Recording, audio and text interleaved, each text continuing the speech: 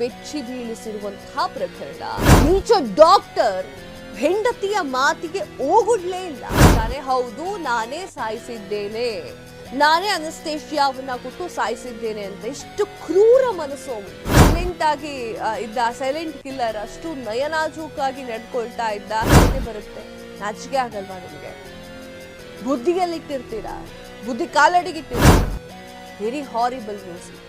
Doctor Krithika Reddy ಕೊಲೆ ಪ್ರಕರಣ ಬೆಂಗಳೂರನ್ನೇ ಬೆಚ್ಚಿ ಬೀಳಿಸಿರುವಂತಹ ಪ್ರಕರಣ.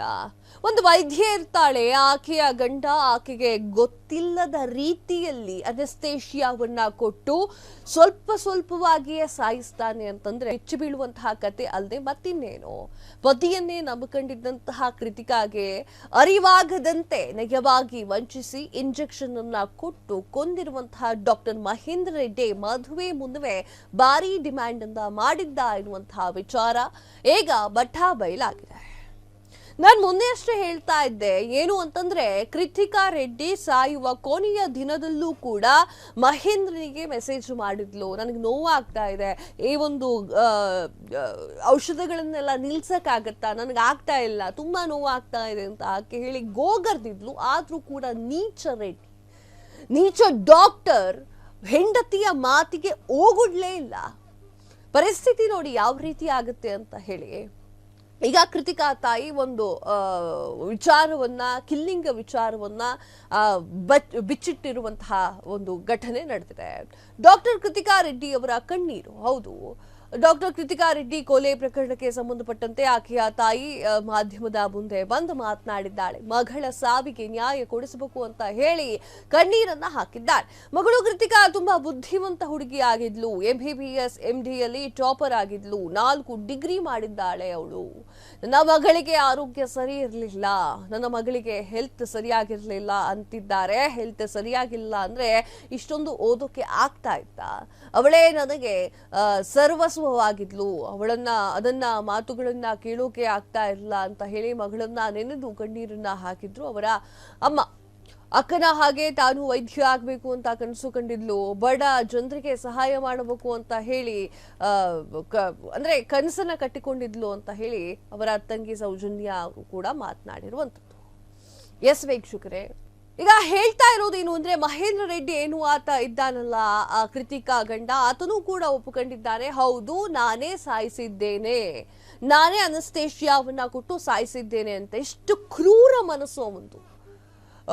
ಈ ಒಂದು ಕಾಯಿಲೆ ಇದೆ ಅಂತ ಹೇಳಿ ಪ್ರಾಣನೇ ತೆಗಿತಾರ. ಪೊಲೀಸರ ಮುಂದೆ ಆತ ಹೇಳ್ತಾ ಇರುವುದೆಲ್ಲ ಸುಳ್ಳು, ಅವರಿಗೆ ಕಾಯಿಲೆ ಇತ್ತು ಅನ್ನೋದೇ ಸುಳ್ಳು, ಎಲ್ಲಾ ಸುಳ್ಳು ಅಂತ ಹೇಳಿ ಬರ್ಕೊಟ್ಟಿದ್ದಾರೆ ಇವರ ತಾಯಿ, ಕೃತಿಕಾ ರೆಡ್ಡಿ ಅವರ ತಾಯಿ.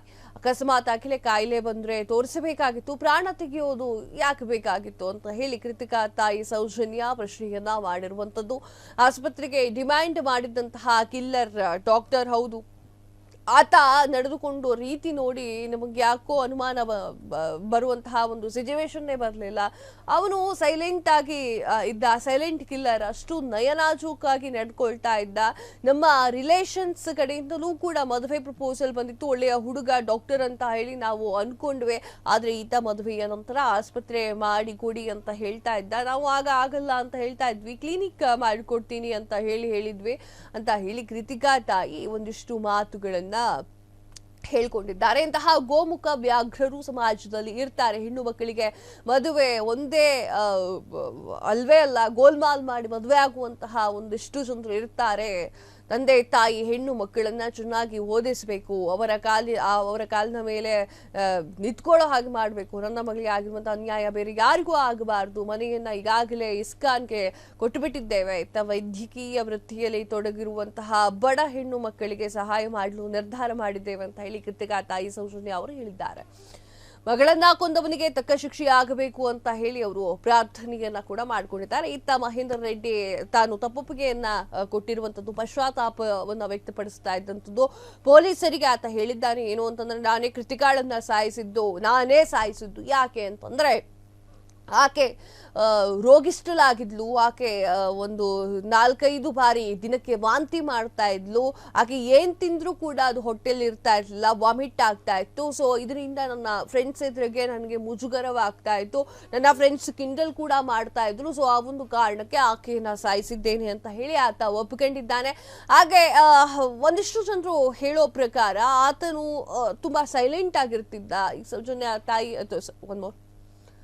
ಈಗ ಕೃತಿಕಾ ತಾಯಿ ಸೌಜನ್ಯ ಅವರೇ ಹೇಳಿದ್ದಾರೆ. ಅಂದ್ರೆ ಆತ ತುಂಬಾ ಸೈಲೆಂಟ್ ಕಿಲ್ಲರ್ ಆಗಿದ್ದ. ಆತ ಕಿಲ್ ಮಾಡ್ತಾನೆ ಅನ್ನೋದು ಕೂಡ ಗೊತ್ತಿರಲಿಲ್ಲ ಅಂತ. ಆ ರೀತಿಯಾಗಿ ಅವನು ತನ್ನ ಪ್ಲಾನ್ ಅನ್ನ ಎಕ್ಸಿಕ್ಯೂಟ್ ಮಾಡಿದ್ದ. ಏನೋ ಜಾಸ್ತಿ ಹೇಳಬೇಕು ಅಂತಂದ್ರೆ ಆತನಿಗೆ ಆಕೆ ಇಷ್ಟ ಆಗ್ಲಿಲ್ಲ, ಕೃತಿಕಾ ರೆಡ್ಡಿ ಇಷ್ಟ ಆಗ್ಲಿಲ್ಲ ಅನ್ನೋ ಡಿವೋರ್ಸ್ ಕೊಡ್ಬೇಕಾಗಿತ್ತು. ಯಾಕೆ ಬೇರೆಯವ್ರ ಮನೆ ಹೆಣ್ಮಕ್ಳು ಅಂತಂದ್ರೆ ನಿಮಗೆ ಸಾಯಿಸುವಂತಹ ಒಂದು ಐಡಿಯಾಗಳನ್ನೇ ಬರುತ್ತೆ. ನಾಚಿಕೆ ಆಗಲ್ವಾ ನಿಮ್ಗೆ? ಬುದ್ಧಿಯಲ್ಲಿಟ್ಟಿರ್ತೀರಾ, ಬುದ್ಧಿ ಕಾಲಡಿಗಿಟ್ಟಿರ್ತೀರಾ? ಏನೇ ಆದ್ರೂ ಕೂಡ ಆತ ಪಶ್ಚಾತ್ತಾಪದಿಂದ ನುಡಿದಿರುವಂತಹ ಮಾತು, ಪಶ್ಚಾತ್ತಾಪ ಪಟ್ಕೊಂಡ್ರೆ ಏನಪ್ಪಾ, ಈಗ ಅನಸ್ತೇಶಿಯಾ ಕೊಟ್ಟು ಸ್ವಲ್ಪವಾಗಿ ಅವಳನ್ನು ಸಾಯಿಸಿ ಆಗೋಗಿದೆ, ಪೂರ್ತಿಯಾಗಿ ಸಾಯಿಸಾಗಿದೆ. ಇನ್ನೇನು ಪಶ್ಚಾತ್ತಾಪ ಪಟ್ಟು ಏನ್ ಪ್ರಯೋಜನ? ವೆರಿ ಹಾರಿಬಲ್ ನ್ಯೂಸ್ ಇದು. ಎಸ್, ಇದಾಗಿತ್ತು ಇವತ್ತಿನ ವಿಶೇಷ. ಮತ್ತಷ್ಟು ಸುದ್ದಿಗಳಿಗಾಗಿ ನೋಡ್ತಾ ಇರಿ ಫ್ರೀಡಂ ಟಿವಿ. ಇದು ಜನಸಾಮಾನ್ಯರ ಶಕ್ತಿ. ಕ್ಷಣ ಕ್ಷಣದ ಸುದ್ದಿಗಳಿಗಾಗಿ ಫ್ರೀಡಂ ಟಿವಿ ಸಬ್ಸ್ಕ್ರೈಬ್ ಮಾಡಿ, ಲೈಕ್ ಮಾಡಿ ಹಾಗೂ ಫಾಲೋ ಮಾಡಿ.